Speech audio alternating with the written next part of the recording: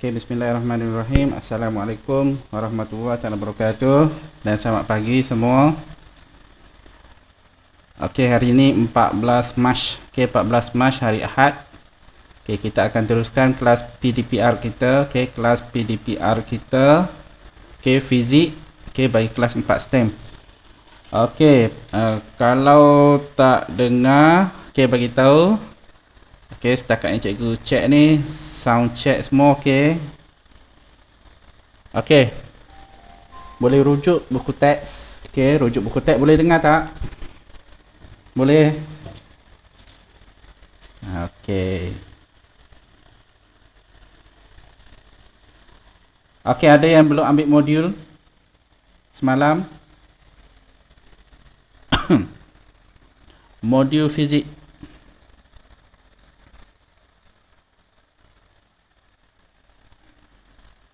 Okay. Modul fizik, kalau siapa yang tak ada boleh PM cikgu, nanti cikgu bagi soft copy. Boleh print sendiri kalau ada printer. Okay. Kita akan teruskan. Okay, kita akan teruskan berkenaan dengan tajuk yang baru. Okay, iaitu bab 3 kegravitian. Okay, kegravitian. Okay, bab 3 ni adalah topik baru, topik baru. Yang mana sebelum ni tak ada dalam silibus fizik. Okay, jadi silibus ni adalah baru, bermula daripada tahun lepas lagi lah. Okay, jadi kamu kira batch yang kedua lah. Okay, berkenaan dengan topik baru ni. Kalau tak, topik ni jumpa masa masuk universiti ataupun matrikulasi ataupun form 6. Okay. Okay, jadi bab 3. Okay, jadi apa kandungan bab 3? Sebenarnya kita fokus kepada beberapa objektif. Jadi untuk merujuk kepada modul yang cikgu edarkan, okay, ini adalah modul yang cikgu edarkan. Okay, standard pembelajaran, maksudnya ini yang fokus. Okay, fokus kamu iaitu 3.1 hukum kegravitian semesta Newton. Okay, fokus dia adalah, okay, kamu boleh terangkan apa yang dimaksudkan. Okay, yang dimaksudkan dengan hukum kegravitian semesta Newton. Okay, ini fokus. Yang kedua, dapat selesaikan masalah. Selesaikan masalah ni maksudnya dapat jawab soalan yang melibatkan hukum kegravitian semesta Newton untuk, okay, jadi dia ada beberapa keadaan, okay, beberapa situasi. Yang pertama adalah dua jasad pegum pada bumi. Okay, dekat bumi, okay, kena cari selesaikan masalah yang berkaitan dengan, okay, dua jasad pegum. Pegum tu tidak bergerak. Okay, pegum yang dimaksudkan dekat sini ni tidak bergerak. Okay, dua jasad pegum. Okay, kemudian jasad di permukaan bumi. Okay, ni di permukaan bumi. Okay, lepas tu bumi dan satelit. Okay, bumi dan satelit. Okay, kemudian bumi dan matahari. Penyelesaian masalah kita daripada hukum kegravitian semesta ni, kita akan jumpa formula. Okay, ada formula. Daripada formula tu kena kira. Menyelesaikan masalah ni merujuk kepada formula yang diberikan. Okay, kita ada 4 situasi. Okay, kemudian, okay, fokus seterusnya. Okay, kena hubung kait pecutan graviti yang kita dah belajar. Okay, W sama dengan mg. Okay, yang ni kita nak hubung kait. Apakah kaitan pecutan graviti di permukaan bumi dengan pemalar graviti? Ini kita akan jumpa. Okay, kita akan jumpa hari ini. Okay, pemalar baru iaitu pemalar kegravitian semesta. Okay, dia ada graviti ni pun graviti. Tapi kita nak hubung kait apa beza dia. Okay, apa persamaan dia dan apa perbezaan dia. Okay, lepas tu mewajarkan kepentingan mengetahui nilai-nilai pecutan graviti planet-planet di dalam sistem suria kita. Okay, kemudian memerihalkan daya memusat dalam gerakan satelit, okay, dan planet. Okay, daya memusat, yang mana kita dekat angkasa tu sebenarnya kita ada banyak satelit. Okay, banyak satelit yang mengorbit bumi. Okay, yang berpusing, yang berputar, yang mengelilingi bumi. Okay, jadi dia ada daya memusat. Okay, daya memusat, yang mana satelit tu kalau ikutkan dia tak ada apa tu, dia hanya letak situ dan dia sentiasa mengelilingi. Okay, dia tak jatuh pun. Okay, kemudian menentukan jisim bumi dan matahari menggunakan hukum kegravitian semesta Newton dan daya memusat. Menentukan jisim bumi dan matahari menggunakan hukum kegravitian semesta Newton dan daya memusat. Okay, jadi hari ni cikgu tak tahu, cikgu rasa tak sempat untuk 3.1 ni untuk hari ini. Kita tengoklah kat mana. Okay, kat mana kita sempat separuh ke. Okay, selepas kita rujuk buku teks, lepas tu baru kita pergi kepada modul. Kalau ikutkan hari ini, okay, hari ini 14/3, okay, pada muka surat 2. Modul ni berkenaan ni. Okay, dia ada 10 muka surat. Muka surat 1 standard kandungan ni dan jadual. Okay, jadi hari ini kalau ikutkan muka surat 2 sahaja. Okay. Okay, kita teruskan dengan buku teks. Boleh rujuk buku teks. Okay. Untuk tajuk ini, bab 3, apakah hukum kegravitasian semesta Newton dan hukum Kepler? Okay. Ni untuk satu bab ni. Okay, bukan 3.1, ni untuk satu bab. Mengapakah penting untuk mengetahui nilai pecutan graviti planet-planet dalam sistem suria kita? Okay. Bagaimana satelit buatan manusia telah membantu memajukan kehidupan manusia? Okay. Dulu zaman cikgu, zaman cikgu sekolah dulu, cikgu macam tak rasa lah kaitan kita dengan satelit tu. Tapi sekarang semua dapat rasa. Siapa ada handphone boleh rasa. Okay. Ada hubungan kita dengan satelit. Okay, satelit dekat atas. Okay, yang mana macam kita nak tentukan GPS, sebenarnya kita menggunakan satelit. Okay, satelit. Jadi handphone kita, okay, kita menghubungkan handphone kita dengan satelit sebab kita gunakan GPS. Jadi sekarang kita dah ada kaitan dengan satelit. Pada masa sama kita juga boleh tengok, kalau siapa yang install apps daripada NASA, boleh tengok pemandangan daripada satelit. Maksudnya kamera daripada satelit itu kita boleh tengok live. Okay, cikgu dulu dah install, lepas tu cikgu nak install balik. Okay, jadi kita pergi kepada 3.1. Okay, 3.1 muka surat 78. Okay, boleh rujuk buku teks ataupun rujuk pada paparan cikgu. Okay, ini situasi ini perbualan lah. Okay, yang pertama, ayah, mengapakah durian jatuh terus ke bumi? Okay, anak lelaki dia tanya. Okay, lepas tu anak perempuan pula, ayah, mengapakah bulan boleh bergerak mengelilingi bumi? Okay. Lepas tu anak-anak ayah berfikir seperti Isaac Newton pula. Okey, ini contoh pemikiran Isaac Newton. Okey. Seorang saintis. Okey. Pada tahun 1667, saintis Isaac Newton telah memerhatikan buah apel yang jatuh secara tegak ke bumi. Okay, dan gerakan bulan mengelilingi bumi. Beliau menyimpulkan suatu daya tarikan bukan sahaja wujud antara bumi dengan buah apel, tetapi juga antara bumi dengan bulan. Okey. Seorang saintis. Okey. Seorang saintis kita pun sama. Kita ni sebagai seorang pelajar, sama juga. Apa-apa yang berlaku di sekeliling kita, kita cuba berfikir. Mengapa? Kenapa? Bagaimana? Jadi seorang pelajar yang aktif, dia bukan setakat dekat sekolah saja dia aktif, bukan setakat masa PDP saja dia aktif, tetapi kalau balik rumah ke nak pergi mana-mana, otak dia, kepala dia aktif. Tanya, mengapa jadi macam ni? Kenapa? Bagaimana? Okey. Jadi kita tengok tu, kita kaitkan dengan apa yang kita dah belajar. Yang kita tak dapat contohnya, okey, contohnya dalam kes ni lah. Kenapa durian jatuh ke bawah? Okey, kita kadang-kadang kita tak tahu kenapa. Padahal benda tu dah ada, cuma kita belum belajar lagi. Jadi persoalan-persoalan inilah yang sebenarnya menguatkan daya ingatan kita, okey, kepada sesuatu topik. Okey, sama ada kita belajar fizik, okey, kimia, biologi, matematik ataupun apa-apa subjek saja. Kita tengok sekeliling kita tu, cuba kita kaitkan apa yang kita dah belajar.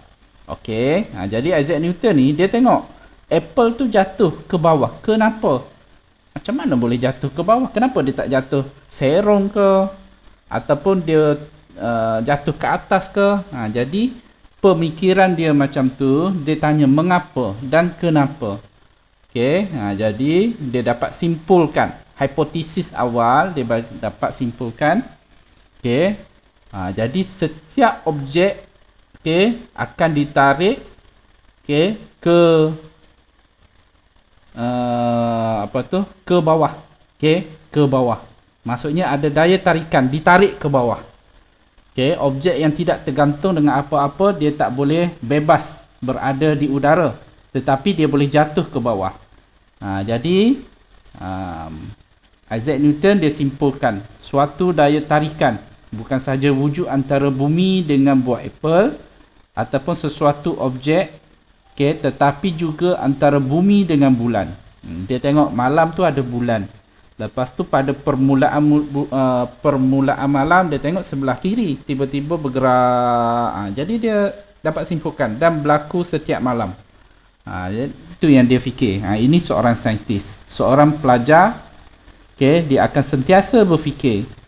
Jadi apa yang kita belajar hari ini sebenarnya semua saintis dah buat kajian, dah buktikan. Kita hanya belajar balik saja. Okey, kalau dulu saintis dia fikir, okey, macam-macam.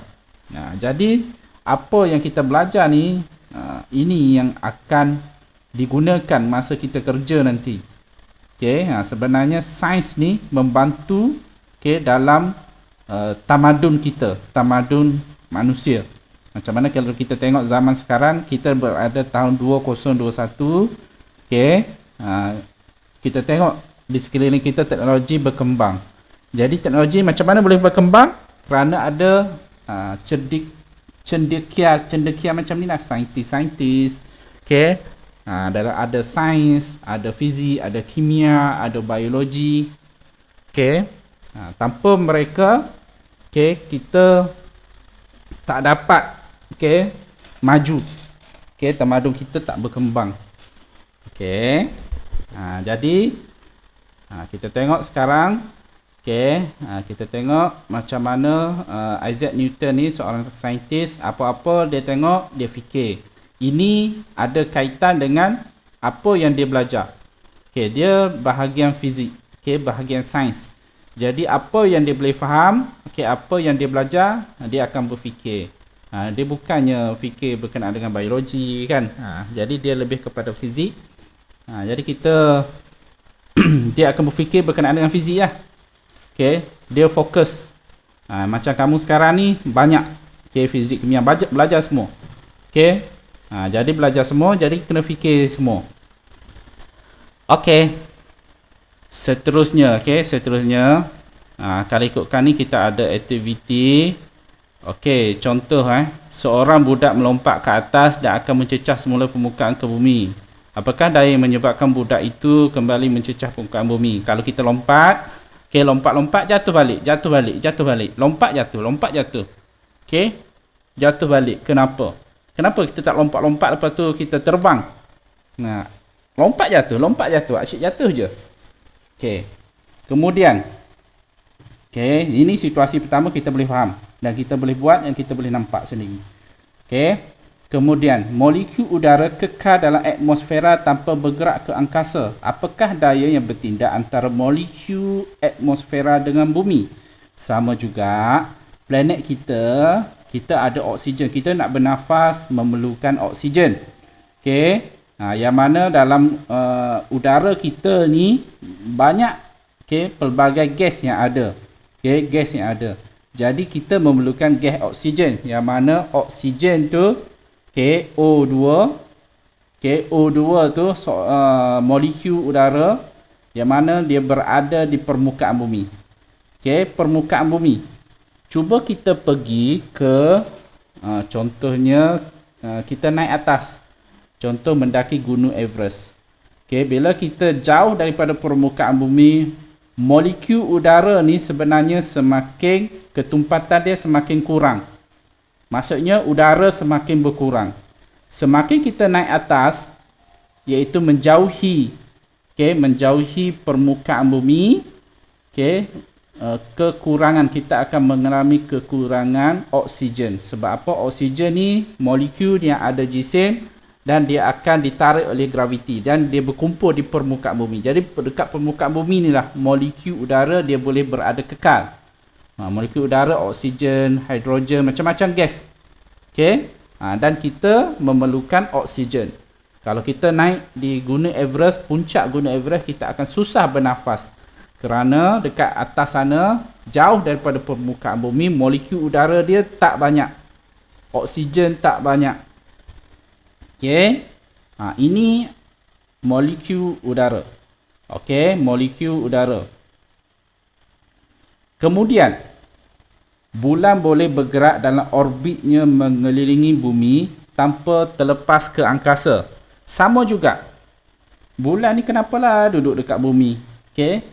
Asyik dekat je dengan bumi. Kenapa dia tak bergerak ke tempat-tempat lain? Kenapa dia tak pergi planet-planet lain? Padahal dia berada bebas di angkasa. Kenapa? Itu soalan. Bulan boleh bergerak dalam orbitnya mengelilingi bumi tanpa terlepas. Tanpa terlepas ke angkasa. Bumi mengenakan suatu daya ke atas bulan. Bumi mengenakan suatu daya ke atas bulan. Maksudnya bulan ni pun mengalami tarikan graviti oleh bumi. Ada daya tarikan juga. Adakah bulan juga mengenakan daya graviti ke atas bumi? Yang ni yang kita akan belajar pada bab 3. Jadi kita terus masuk kepada apa fokus sebenar bab 3 ni. Kita pergi kepada daya graviti. Daya graviti yang kita belajar sebelum ni iaitu G. Daya graviti. Daya graviti dikenali sebagai daya semesta.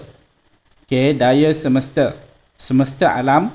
Maksudnya setiap planet dia ada daya graviti. Kerana daya graviti bertindak antara mana-mana dua jasad dalam alam semesta ini. Maksudnya mana-mana dua jasad yang ada di alam semesta ni ada daya graviti. Rajah 3.3 menunjukkan daya graviti antara matahari. Ini matahari. Antara matahari, bumi dengan bulan. Bagaimana daya graviti antara dua jasad dapat diterangkan. Kita tengok planet kita. Sangat cantik. Perbuatan dia. Yang mana perjalanan planet-planet menyebabkan kita boleh hidup. Tengok kita ada satu objek iaitu matahari. Saiz dia besar. Kemudian kita berada di planet bumi. Ada dua jasad yang ada jisim. Yang ada jisim. Yang ada jisim. Dan antara bumi dengan matahari ada daya tarikan. Daya tarikan graviti. Sebab tu bumi boleh mengelilingi matahari. Tak ada tali pun. Mana ada tali kan? Tetapi tali tu sebenarnya yang kita tak nampak tu adalah daya graviti. Masing-masing ada daya graviti. Daya graviti dan kekal jarak dia. Sentiasa kekal, cuma kita bergerak dalam orbit. Dalam satu garisan. Ini antara matahari dengan bumi. Bumi dengan bulan pula. Bumi dengan bulan. Okey, dua-dua ni dua objek yang mempunyai jisim yang mana bumi lebih besar, okey, bulan kita tengok kecil saja, jisim dia kecil. Okey, daya graviti antara bumi dengan bulan pun ada juga. Yang mana bulan pun ditarik oleh bumi, bulan pun bumi pun dia masing-masing ni ada daya graviti masing-masing. Jadi bulan ni dia boleh mengelilingi bumi. Tak terlepas pun macam ada tali. Tali ni lah daya graviti. Okey. Sama juga dengan bulan dengan matahari, daya graviti antara matahari dengan bulan pun ada juga. Okey, ada juga. Jadi ini alam semesta. Kita dekat sini kecil je. Okey, kecil je. Sangat kecil. Okey, sangat kecil. Okey. Jadi ini yang dia bagi tahu daya graviti ni sebagai daya semesta. Di mana-mana. Okey, di planet-planet semua ada daya graviti. Jadi daya ni wujud di mana-mana. Sebab tu daya ni adalah daya semesta. Okey, boleh diguna pakai di planet-planet ataupun objek-objek lain yang berada di luar daripada angkasa. Okey. Okey, boleh faham setakat itu? Boleh faham tak?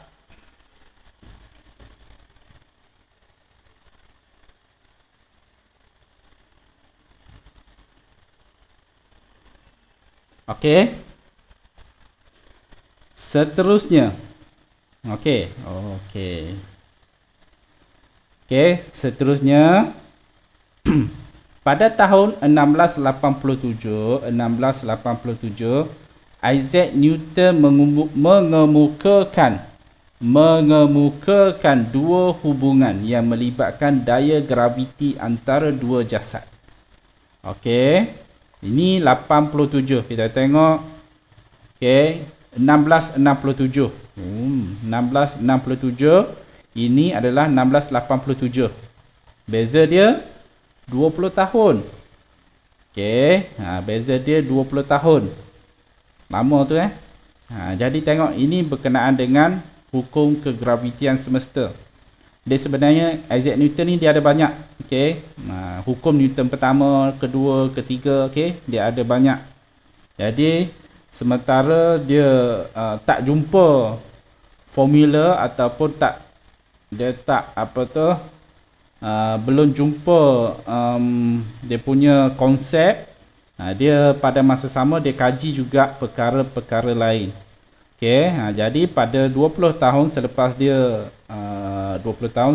berfikir, okey, berkenaan dengan dan dia buat hipotesis awal berkenaan dengan graviti, okey, pada 20 tahun seterusnya Isaac Newton mengemukakan dua hubungan yang melibatkan daya graviti antara dua jasad. Okey, antara dua jasad. Okey. Kita tengok perkadaran. Okey, hubungan. Daya graviti, okey, F, okey, daya graviti F.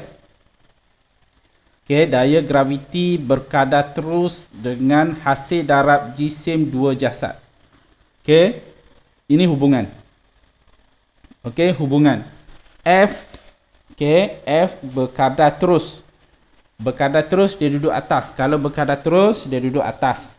Okey, jadi F berkadar terus dengan dua jasad, jisim dua jasad. Okey, kita labelkan sebagai jasad yang pertama M1, jasad yang kedua M2. Okey, yang pertama. Yang kedua, okey, yang kedua, daya graviti juga berkadar songsang dengan kuasa dua jarak di antara pusat dua jasad tersebut. Okey, F berkadar songsang. Kalau songsang dia duduk bawah. Okey, ni songsang. Okey, daya graviti. Okey, daya graviti berkadar songsang. Okey, dengan pusat dua jasad. Okey, dua jasad tersebut. Okey, maksudnya kita ada dua jasad. Kita ada dua jasad. Yang pertama, yang kedua. Okey, daya graviti yang pertama hasil darab antara M1 dengan M2. Kita ada M1, M2. Tengah-tengah ni pusat. Okey, lepas tu arc. Arc tu adalah, okey, kalau kita belajar arc dalam matematik jejari. Okey, yang ni ada dua jasad, kita ambil tengah-tengah dia, center. Okey, jadi arc tu dua pusat. Jarak antara dua pusat bagi dua objek. Okey. Jarak, okey, jarak bagi dua pusat bagi dua objek. Okey, pusat. Okey, lepas tu jarak antara dua pusat ni. Okey, itu arc. Okey. Jadi, okey, dua hubungan di atas dirumuskan. Okey, ini sebenarnya permulaan untuk keluar formula baru formula baru. Okey, dua hubungan di atas dirumuskan seperti rajah 3.5. Okey, untuk memperolehi baru kita pergi kepada hukum kegravitian semesta Newton. Okey, jadi dua ni kita gabung. Okey, dua ni kita gabung. Okey, kita gabung F gravity. Okey, apabila kita gabung, okey, jadi F berkadar terus, okey, dengan hasil darab jisim bagi dua jasad, okey, dan berkadar songsang. Berkadar terus yang atas, berkadar songsang dengan jarak di antara dua pusat jasad. Okey, dua pusat jasad. Jadi kita dapat gabung, kita keluar hubungan baru. Okey, yang mana hubungan ni sebenarnya mentakrifkan hukum kegravitian semesta Newton. Okey, kalau dia soalan tanya apakah yang dimaksudkan hukum kegravitian semesta Newton, kita boleh takrifkan adalah daya graviti berkadar terus dengan hasil darab dua jisim bagi dua objek. Okey, bagi dua jasad. Hasil darab jisim dua jasad. Dan F daya graviti berkadar songsang dengan pusat pusat dua jasad. Okey, kuasa dua. Okey, ini kita boleh takrifkan sebagai hukum kegravitian semesta Newton. Okey, kalau dalam exam, kertas 2, dia tanya apakah maksud hukum kegravitian semesta Newton, sebenarnya boleh guna formula. Okey, boleh guna formula.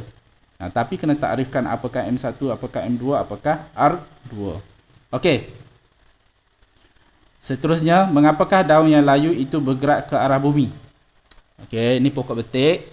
Okey, pokok betik. Lepas tu daun yang kering, yang layu, dia terputus daripada pokok, dia jatuh. Okey. Jadi, kedua-dua daun dan bumi mengalami daya graviti yang sama.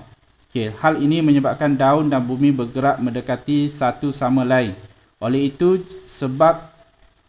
sebab jisim bumi jauh lebih besar, bumi lebih besar daripada jisim daun, daya graviti tidak ada kesan yang ketara ke atas pergerakan bumi. Okey, oleh itu pemerhati di bumi hanya memerhati daun itu jatuh ke arah bumi. Okey, dia nak bagi tahu dekat sini, antara daun dengan bumi ni masing-masing dia ada daya tarikan. Dua jasad. Satu daun, satu lagi bumi. Dan dua-dua ni tertarik antara satu sama lain. Tetapi bumi ni lebih besar, jadi kita tak nampak ketara pergerakan bumi. Kita nampak daun tu jatuh ke bawah.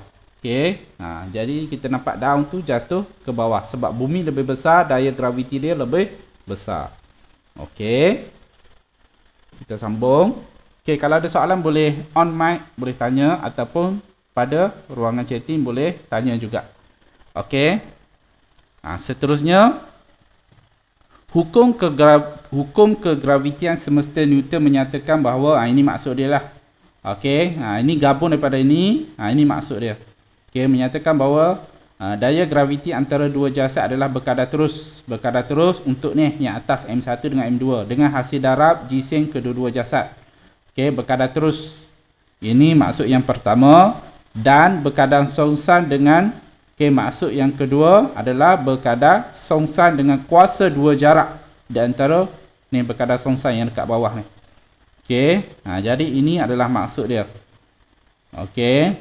Okey. Jadi bila kita dah buat hubungan, ni kita perkadaran. Okey, perkadaran. Jadi bila kita nak formulakan perkadaran, okey, perkadaran, jadi akhirnya kita tukar daripada perkadaran kepada sama dengan. Okey, jadi setiap ni sebenarnya kita akan ada pemalar. Setiap hubungan biasanya dia ada satu pemalar. Contohnya, kalau kita lukis graf, kita akan ada kecerunan. Okey, kecerunan. Jadi kecerunan tu kita masukkan dalam formula. Okey, daripada graf tu keluar formula. Jadi daripada hubungan yang tadi, okey, kita dapat keluarkan satu formula, iaitu formula daya graviti antara dua jasad. F ni daya graviti antara dua jasad, force. Okey, force. Okey, yang mana ada satu pemalar baru. Yang tadi tak ada G. Okey. Jadi ini ada G, pemalar. Okey. Jadi G ni okey adalah pemalar kegravitian. Pemalar ni dia tetap. Okey, pemalar ni dia tetap. Okey, dia tetap yang mana nilai dia 6.67 darab 10 kuasa negatif 11. Okey, maksudnya 0.000000667. Okey, Newton meter kuasa 2 per kilogram kuasa 2. Okey, yang ni tetap. G ni adalah pemalar yang tetap. Okey, yang tetap. Lepas tu M1 jisim, M ni mass M ni mass. Okey, kalau arc ni kalau ikutkan radius. Okey, radius. Cuma untuk arc yang kat sini tak sama dalam matematik. Dalam matematik kita panggil radius jejari. Okey, dalam fizik arc ni adalah jarak di antara dua jasad. Okey, kena ingat balik jarak di antara dua jasad, okey, daripada pusat. Okey, pusat. Okey. Okey. Sikit lagi. Okey, kita pergi pada penyelesaian. Lepas tu contoh 1, contoh 2. Okey, contoh 1 dan contoh 2. Kita pergi tu ya, lepas tu habis. Okey. Sekiranya anda mengetahui jisim dua jasad, okey, dan jarak di antara pusat dua jasad tersebut, anda boleh menghitung magnitude daya graviti antara dua jasad. Okey, contoh Contoh yang pertama, hitungkan daya graviti antara sebiji buah durian dengan bumi. Okey. Durian dengan bumi. Kita ada dua objek, dua jasad. Okey. Jisim durian adalah 2 kilo. Okey. 2 kilo. Tak besar sangat 2 kilo. Kalau kat kedai nak beli durian sekilo, kalau RM30. Okey. Sebiji durian RM60. Okey. Jisim bumi pula 5.97 darab 10 kuasa 24 kg. Okey. Kuasa 24, maksudnya kosong ada 24. Okey, kosong ada 24 kilogram. Okey, ni jisim bumi. Jarak di antara pusat durian dengan bumi adalah 6.37 darab 10 kuasa 6 meter. Tu dia. Jauhnya. Okey. Tengok Tak apalah, ini sebagai contoh saja Maksudnya durian ni jarak dia tinggi. Dekat angkasa, dekat atas udara. Tingginya mungkin.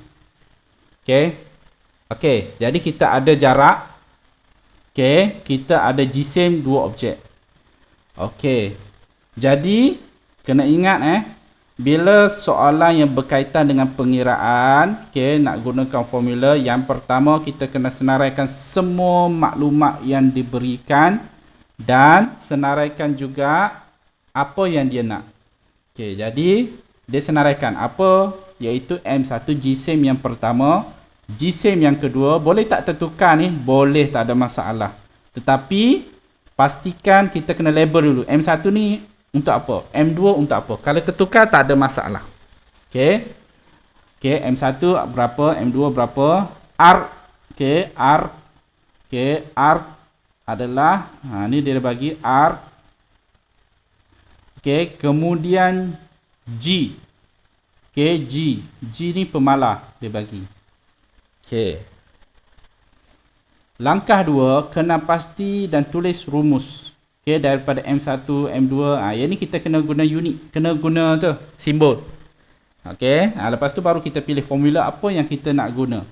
Satu lagi, kalau ikutkan dia kena tulis satu lagi ni F. F sama dengan question mark. Jadi formula mesti ada F, mesti ada G, mesti ada R, mesti ada M1, mesti ada M2. Okey, jadi formula ini adalah rumus yang kita nak gunakan. Lepas tu hanya masukkan nilai sahaja. Buat gantian numerical, okey, buat gantian nombor sahaja. Kita masukkan nombor sahaja. Unit ni tak payah masukkan. Kalau nak masukkan boleh tak? Boleh, tak ada masalah. Okey, contohnya dalam bracket ni unit dia kita letak dekat luar. Boleh, tak ada masalah. 2.0 kita letak kg dekat sini. Boleh.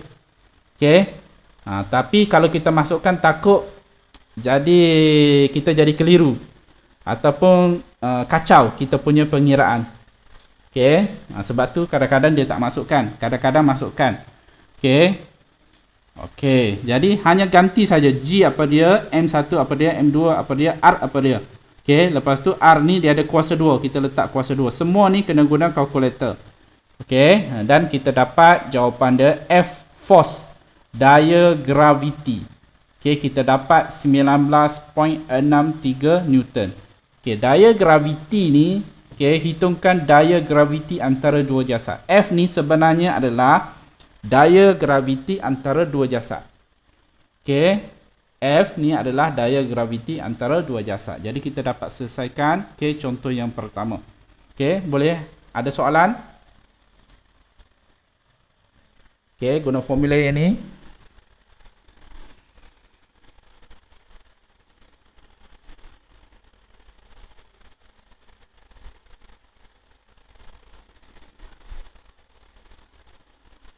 Okey.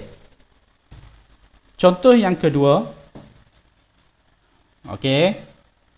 Sama juga. Contoh yang kedua yang ni. Okey. Contoh yang kedua. Okey, contoh yang kedua 31 orang kita ada 30.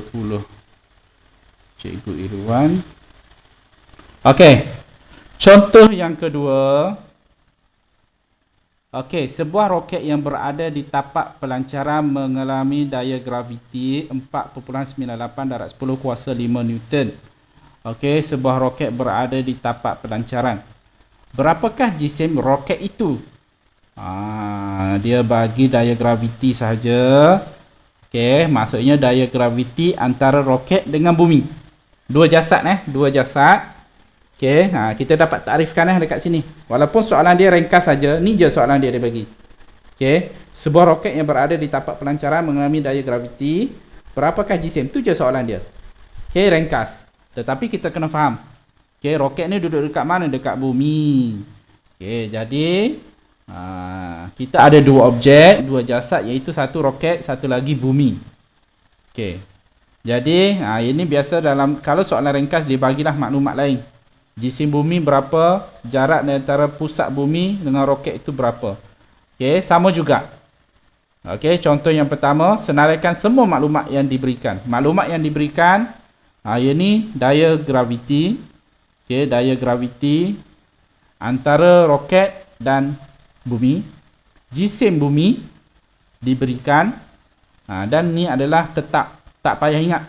Tak perlu nak hafal. Okey, dalam exam nanti dia akan bagi macam ni lah.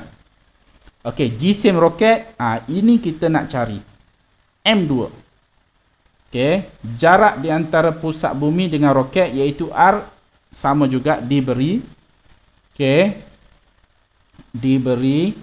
Okey, kemudian G pemala, tetap tak payah hafal, akan diberi kalau masuk dalam exam. Okey, akan diberi. Okey. Jadi, formula yang kita nak gunakan adalah formula yang sama, F sama dengan G, M1, M2. Ni darab semua, tiga-tiga ni darab. Bahagi dengan R kuasa 2. Masukkan nilai sahaja. Jadi, yang kita nak cari berada dekat sini. Okey, duduk kat sini yang kita nak cari. Okey, jadi kena gerakkan satu persatu. Dalam matematik kita gerakkan yang boleh gerakkan yang bawah dulu, pergi sana.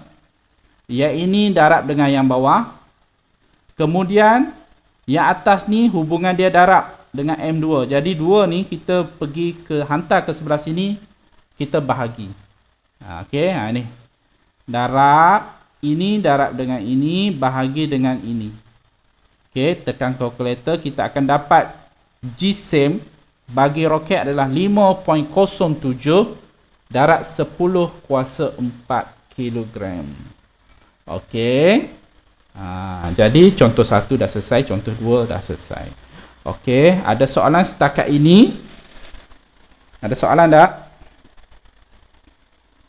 Okey. Okey, jadi kita dapat formula. Yang pertama hari ini F sama dengan G pemalar graviti. Okey, M1, M2 bahagi dengan R kuasa 2. Okey, ini rumus untuk hari ini. Formula untuk hari ini. Okey, soalan dia. Okey, macam mana nak tekan kalkulator kalau kuasa 24 tu? Kuasa 24 Oh, cikgu kalkulator, cikgu tak ada kalkulator saintifik. Ada tak simbol 10x? 10x ataupun cikgu kadang-kadang kita guna eksponen. Okey.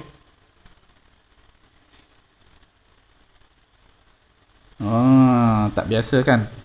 Kuasa banyak Sekejap, cikgu nak cuba search kalkulator saintifik. Cikgu tak ingat rupa apa yang ada dekat kalkulator saintifik ni. Saintifik.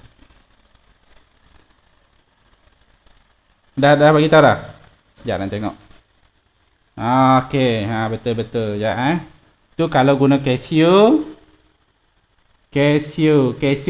ada. Okey, boleh guna yang tu. Boleh juga guna eksponen. Okey, ataupun 10 kuasa X boleh juga. Okey, dia ada beberapa simbol yang kita boleh gunakan. Okey. Okey. Ada soalan lain? Okey. Boleh rujuk, sekarang boleh rujuk modul yang cikgu bagi. Okey, modul yang cikgu bagi, sebenarnya modul tu dia ada nota sekali. Okey, ada nota sekali. Okey. Dekat sini dia ada terangkan, okey, dia ada bagi penerangan, okey, sedikit penerangan. Okey, hukum apa yang dimaksudkan hukum kegravitian semesta. Okey. Dan dia ada sertakan formula. Okey, formula. Okey, kemudian ada latihan. Jadi untuk hari ini ada 3 latihan. Okey, ada 3 latihan. Okey, ada 3 latihan. Okey, pada masa sama cikgu akan edarkan kehadiran sekejap lagi. Okey, kehadiran cikgu akan bagi sekejap lagi. Kita tengok dulu soalan. Okey, soalan pada modul kita ada 3. Diberi soalan pertama, diberi jisim bola bowling adalah 10 kilo, jisim bumi. Okey, jarak antara pusat bumi dan bulan adalah 6 kira daya graviti. Okey, dekat soalan ni dia tak bagi G. Jadi boleh guna G ni Okey, dia tak bagi G. Guna G yang ini. Okey, untuk soalan yang pertama dan guna formula ni lah. Senang saja masuk cari. Okey, soalan yang kedua, diberi jisim bumi 1. Okey, jarak antara pusat bumi R adalah ni. Okey, jisim daya graviti. Jika daya graviti antara kereta dan bumi ialah 7000, kira jisim kereta. Okey, jadi kena labelkan M1 dengan M2. Bumi ke M1 ataupun kereta pun M1, mana-mana pun tak ada masalah. Sama juga guna formula yang ni, cari nilai M. Sama ada M1 ataupun M2, bergantung kepada labeling masing-masing. Okey, sama juga guna formula ni, sangat senang. Okey, yang ketiga, diberi jisim planet A, ni 1, jisim planet B, jisim M1, M2 dah diberi. Jika daya graviti antara dua planet ni adalah 5500, kira jarak. Okey, sama juga guna formula yang ni, dia suruh cari R. Bukan disuruh cari R kuasa 2, cari R. Maksudnya, Masa kamu buat dekat sini nanti, okey, nanti jawapan ni hasil darab GM, ini pergi sini nanti. Okey, nanti kena punca. Nak cari R nanti kena punca kuasa 2. Untuk semua jawapan F, G, M1 dan M2. Okey, baru dapat cari nilai R. Jadi soalan 1, 2, 3 guna formula yang sama. Okey, guna kaedah penggantian. Kemudian cari. Okey, tengok. Yang pertama dia nak F. Yang kedua dia nak nilai M. Yang ketiga dia nak nilai R. Okey, buat 3 soalan ini sahaja. Okey, sekarang pada Google Meet dekat ruangan chatting, cikgu ada bagi Google Form kehadiran pada hari ini. Okey, kehadiran pada hari ini boleh isi kehadiran sekarang. Okey, boleh isi kehadiran.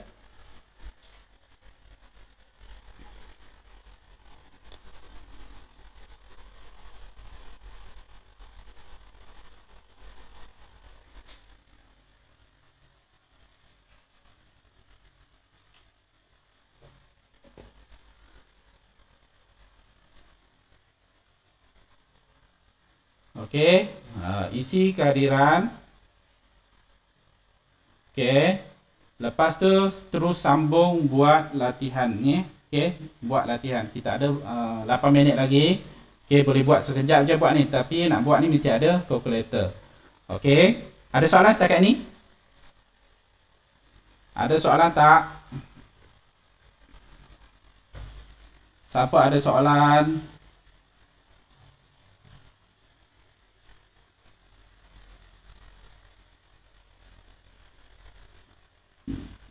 Alhamdulillah. Ada soalan tak?